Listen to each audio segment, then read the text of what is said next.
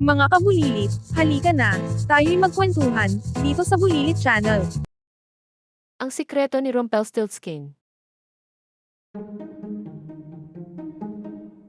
Hello kabulilit, kamusta kayo? May tanong ako, nakakita na ba kayo ng dayami? Di ba parang ordinaryo lang? Pero teka, paano kaya kung kaya nating gawing ginto ito? Wow! Imposible? Hindi yata. May kwento ako tungkol dyan. Ngayong araw, may makikilala tayong mahiwagang duwende at isang reyna na dating simpleng dalaga. Pero teka, alam nyo ba ang lihim ng duwending ito? Ha? Abangan nyo. Tara, simulan na natin ang kwento. Noong unang panahon, sa isang malayong kaharian, may isang magsasaka na mahirap pero mapagmalaki. Sabi niya, kaya raw ng anak niyang babae na gawing ginto ang dayami. Kabulilit, napakamot din ba kayo ng ulo? Kasi ako, paano naman nangyari yon? Ang tsismis ay mabilis na kumalat, hanggang sa makarating ito sa hari. Na-curious ang hari at pinatawag ang dalaga. Aba, nang makita ng hari ang ganda ng dalaga, mas lalo siyang naengganyo. Kaya sabi niya, kung totoong kaya mong gawing ginto ang dayami, ipakita mo. Kung hindi, ikaw ay paparusahan. Natagpuan ng dalaga ang sarili sa loob ng malaking silid na puno ng dayami. Sa tabi niya, may umiikot na gulong para sa pag-ikot ng sinulid. Nako, kabulilit, anong gagawin natin kung tayo ang nasa sitwasyon niya? Dahil sa takot, umiyak ang dalaga. Pero habang umiiyak siya, biglang may lumitaw na kakaibang nilalang. Maliit ito, may matulis na ilong, at suot ang isang kupas na sombrero. Huwag kang umiyak, sabi ng duwende. Kaya kong gawing ginto ang dayami, pero kailangan mong magbigay ng kapalit. Kapalit? Tanong ng dalaga. Oh, sabi ng duwende. Ibigay mo sa akin ang iyong kwintas. Dahil desperado, binigay ng dalaga ang kwintas. Magic, umiikot ang gulong at naging ginto ang dayami. Hindi ba't napaka-cool ng duwendeng iyon, kabulilit? Hala, kabulilit. Kung kayo ang nasa lugar ng dalaga, ibibigay nyo ba ang inyong kuwintas? Isipin nyo, kuwintas kapalit ng ginto. Sabi nga nila, minsan, kailangan nating magdesisyon ng mabilis. Sumagot kayo ng yes, kaya ko yan, kung sa tingin nyo ibibigay nyo. O no, ibang paraan na lang. Kung maghahanap kayo ng ibang solusyon, huwag kayong aalis. May mas malaki pang problema ang dalaga. Ano kaya ang susunod na hihingin ng duwende? Balik tayo sa kwento. Kinabukasan, nang makita ng hari ang gintong dayami, natuwa siya. Pero aba, hindi pa siya kontento. Nilagay niya ulit ang dalaga sa mas malaking silid na puno ng dayami. Gawing ginto ang lahat ng ito, sabi ng hari, at gagawin kitang reyna. Kabulilit, sa tingin niyo ba, matutulungan pa ulit siya ng duwende? Tama kayo, lumitaw ulit ang duwende. Pero sabi niya, mas mahirap na ito. Ibigay mo sa akin ang singsing mo bilang kapalit. Dahil wala nang ibang magagawa, binigay ng dalaga ang singsing. At wala, naging ginto ang dayami. Kinabukasan, mas lalong natuwa ang hari.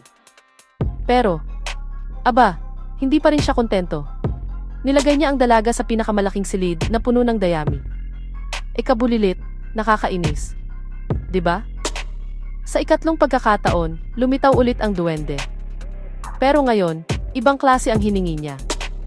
Kapag nagkaroon ka ng anak, akin na ang bata, sabi ng duwende. Namangha ang hari nang makita ang isang kwarto na puno ng ginto. Hindi siya makapaniwala sa kanyang mga mata.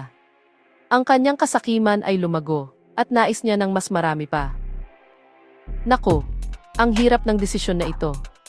Pero dahil sa takot sa hari, napilitan siyang pumayag. Sa tulong ng duwende, naging ginto ang lahat ng dayami. Kaya't pinakasalan ng hari ang dalaga. Masaya na ang lahat, o akala nila. Pagkalipas ng maraming taon, nagkaroon ng anak ang hari at reyna. Isang napakaganda at malusog na prinsesa. Ang buong kaharian ay nagdiwang sa kanilang bagong pamilya. Pero kabulilit, alam nyo ba kung sino ang bumalik? Tama, si Duwende. Dumating siya sa palasyo at hinanap ang reyna. Nang makita siya ng reyna, halos tumigil ang kanyang puso sa kaba. "Huwag mo namang kunin ang anak ko," pakiusap niya sa duwende. Pero sumagot ang maliit na nilalang. "Napag-usapan na natin ito noon. Isang pangako, ang isang pangako." Nakiusap ulit ang reyna. Sabi niya, "Gagawin ko ang lahat, basta't huwag mong kunin ang anak ko." Napaisip ang duwende at ngumiti. "Sige," sabi niya, "bibigyan kita ng isang pagkakataon. Kung mahuhulaan mo ang pangalan ko sa loob ng 3 araw, hindi ko kukunin ang iyong anak." Sumang-ayon ang reyna. Kaya't sinimulan na ang laro ng paghula. Pero kabulilit, ang problema, paano nga ba mahuhulaan ang isang mahiwagang pangalan? Naglista ang reyna ng lahat ng pangalan na alam niya. Pedro, Juan, Maria, Lucia. Pero bawat pangalan na sinabi niya, tinatawanan lang ng duwende. "Mali! Mali! Ha ha ha!" sabi nito. Sa unang gabi, nagpadala ang reyna ng mga tauhan niya para maghanap sa mga karatig bayan. Nagtanong-tanong sila, pero wala silang narinig na pangalan ng kakaibang duwende. Pagbalik nila, sinabi ng reyna ang lahat ng pangalan na kanilang nalaman. Andres? Basilio? Crispin? Pero, muli, sabi ng duwende. "Ha ha ha ha ha. Mali. Subukan mo ulit." Kabulilit, kinakabahan na ba kayo para sa reyna? Kasi ako, kinakabahan na rin. Sa ikalawang araw, nagpadala ulit ng espiya ang reyna.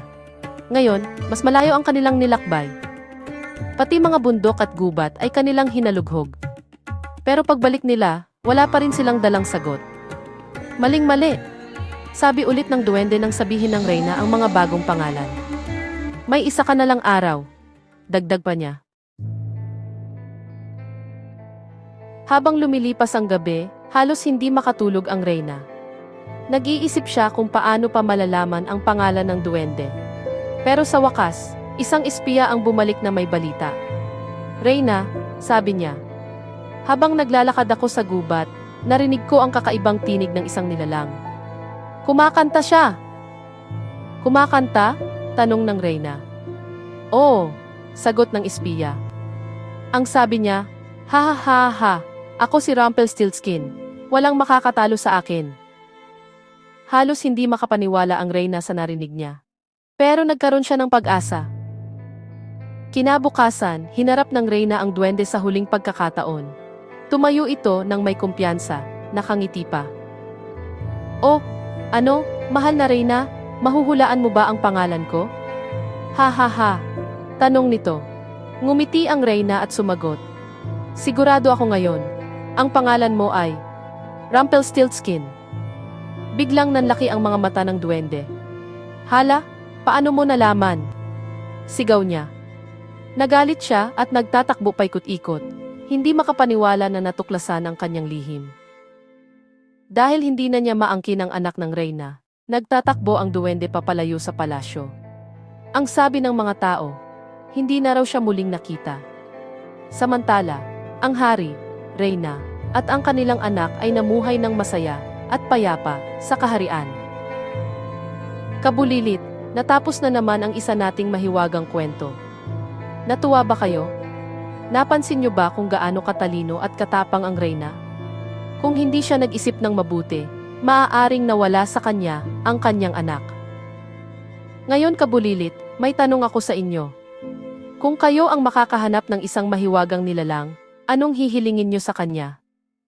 Ipadala ang inyong sagot sa email address na nagpa-flash sa screen. Gusto naming marinig ang inyong sagot. At syempre, kabulilit, huwag kalimutang i-like ang video na ito, i-share sa inyong mga kaibigan, at mag-subscribe sa Bulilit Channel. Hanggang sa susunod na kwento, kita-kits tayo!